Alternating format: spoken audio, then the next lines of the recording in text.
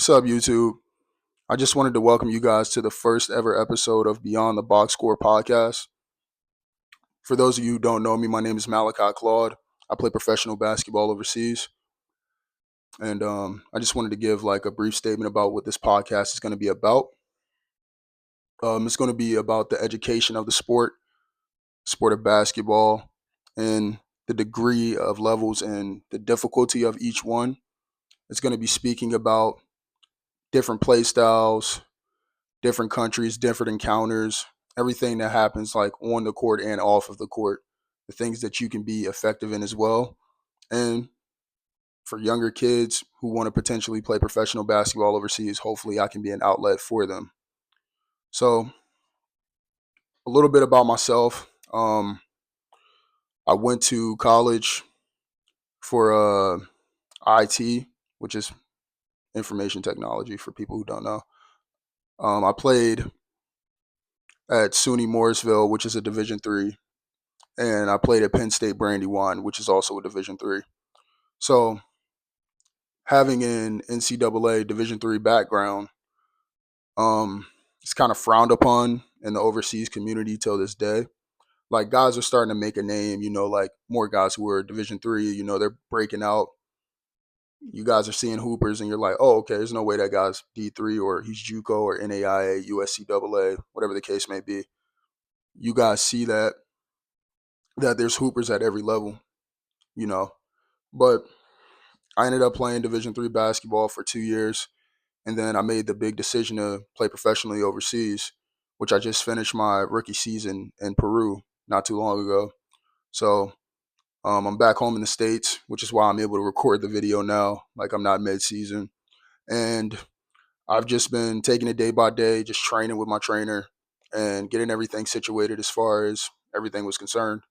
So this first episode of Beyond the Box Score, I just really wanted to let you guys know of about the things, what to expect in overseas basketball, at least from my personal experience. I played in South America, so I can't speak on Europe, and I can't speak on the countries in Europe. So I don't know anything about those as of yet. You know, I will in the future, speaking that into existence. But my experience was pretty eye opening. Seeing everything how the way that other people see it from their country, it's going to be a culture shock from growing up in America your whole life and then going to another country to see how the way someone else lives. So it was definitely something that I had to really grasp and understand that. The culture shocks were definitely the food. Like the food, none of it is processed. Like American foods, I'm pretty sure most of you guys already know that it's processed foods. None of those things are real foods. They have like GMOs, they have things that are like contaminated that you're eating in America, whether you think that you're eating healthy or not. They're putting those things in your food. In South America and abroad, they don't have processed foods. So if you're eating chicken over there from a place, it's real chicken. If you're eating French fries over there, it's real French fries, or whatever the case may be. Those are all real foods. The environment, from everything as far as the architecture, the way that everyone carried themselves, um, the altitude. The altitude is absolutely ridiculous. Like I would find myself like on phone calls with family back home, and I would just be walking, and I would literally lose my breath. Like I would not be able to breathe because the altitude is so crazy out there. But to keep the main thing as far as basketball is concerned, um, it was very crucial to my career. Um, I didn't feel as though that I was able to do everything that I wanted to do out there because it was my first year. So I was really just tunnel vision. I was just okay, basketball and basketball only. Like this is my job now. This is something that's very serious. Um, Also, for those who were wondering, the level that I played in, it was Peru Division 3. So it was the third division of Peru. And I ended up playing there. I got to experience playoff basketball. The fans and everyone, they actually love the teams out there. Like they come up there, they support, and it's a really strong community out there. Small, but it's strong. And being able to say that I was a part of a team like that is absolutely a blessing. Not everyone gets to play professional basketball at whatever level. So being able to go out there was definitely something that I had to do. It was something that I've been dreaming of since I was 14 years old. So the play style in South America, I'm gonna say, because I'm the type of person to whereas I'm like, okay, like I like to score, but I also love to pass. And I like good basketball. Like I like whenever teammates and myself, we move off of the ball, we're able to create from each other instead of just creating from ourselves. The play style from what I experienced in South America, especially in that region where I was at personally, I'm not speaking of all of South America, but in Peru, I ended up playing there. And my first game, they were force feeding me the ball. They were just like, here, take the ball, go make something happen. Like at any level that I've played in my entire life, I've never had like the freedom to do so much to where it's like, okay, here, you make something happen. You go ahead and run the offense. You go ahead and do whatever you got to do. You score all of our points, basically. Now, was I the biggest fan of that? Me personally, I was not. But any hooper will tell you, they're like, yo, if I got a chance to score all the points, I'm going to score all the points regardless. Like, I do not care. I'm doing that. But I I like to play a different brand of basketball. I love moving the ball. I like seeing everyone get involved. That's what I like to do personally. But I did pretty good out there. As far as everything was concerned, it's very hard to play in the conditions because of the altitude. Sometimes it got really cold, and there wasn't much that you can do. Like there was one game that I had to play, and I had the flu, and I ended up playing and whatnot, but I didn't feel good because I had to play with a sickness, and I had the altitude battling against me while I'm running as well. So if if those are the things that you have to consider playing in South America, like if you're blessed enough to get a professional opportunity and your first opportunity is South America, then there's nothing that you can do to prepare yourself for the altitude, no matter how good you think your endurance is, your stamina, no matter how good you think those things are, there's nothing that you can do to personally prepare yourself to be like, oh, okay, like I'm ready to go and I'm ready to go ahead and run. Like I did cardio for all these days with my trainer. None of that matters once you actually get up there and the altitude is completely different. Now, when you come back to the States, it's way better because you could play pickup, you could train, and you have a third or fourth gear that you can go into because now you don't have any altitude to battle against. You know what I mean? So I would definitely say the altitude as well, something that you have to watch out for. Um, they really, whenever it comes to Americans being imports to go overseas and whatnot, you are the main scorer. You're the main guy. There's no local that's like, oh, okay. The league that I played in specifically, let me clear that up.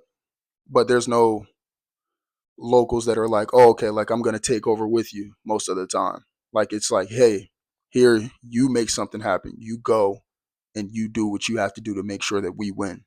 Because if not, we're gonna find somebody else. And that's another thing.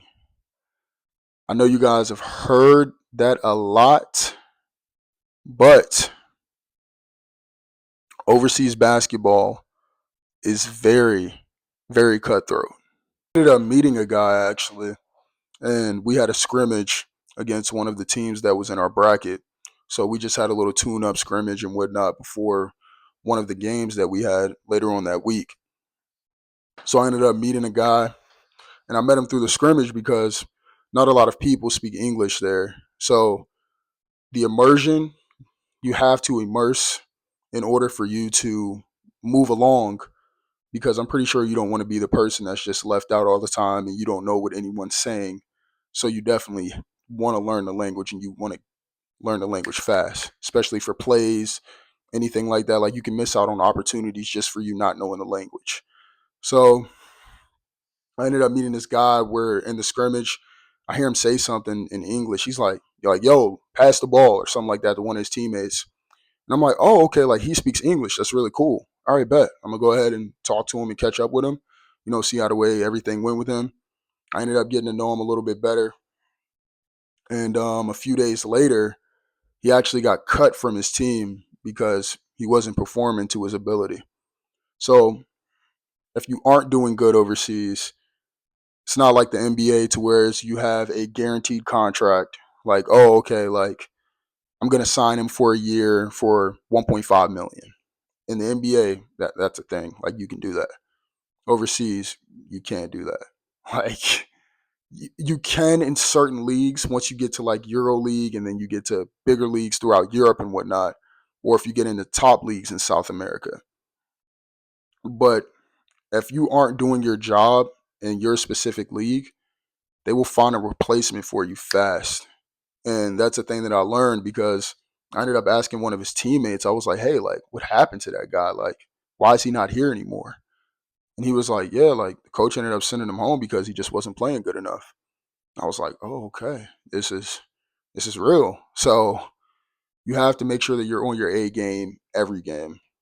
Like, if you're getting less than 20 points consistently, where I played at in Peru, they're looking for the next American to come take your spot, because the overseas basketball market is very saturated, but everybody's not good to play in certain levels, if that makes sense. Like, it's a lot of people, but there's not a lot of openings.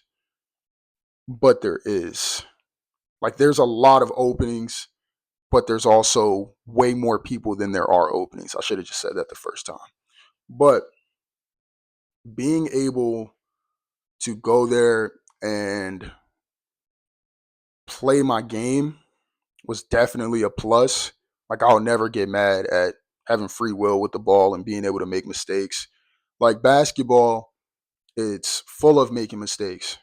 And this message is specifically for the younger people who hoop. This message is specifically for the younger people who hoop.